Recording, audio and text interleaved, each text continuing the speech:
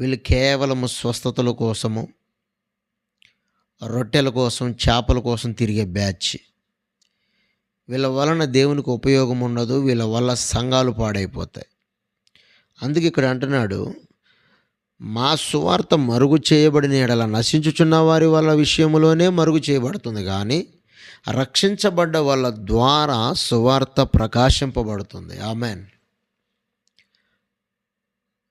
100 మందిలో సువార్త ప్రకటిస్తే 100 మందిలో ఒకడనరాడా?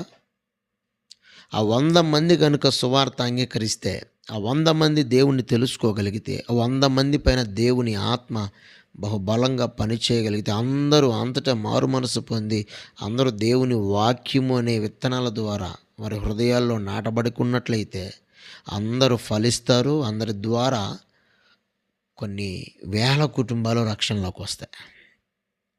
ఇక్కడ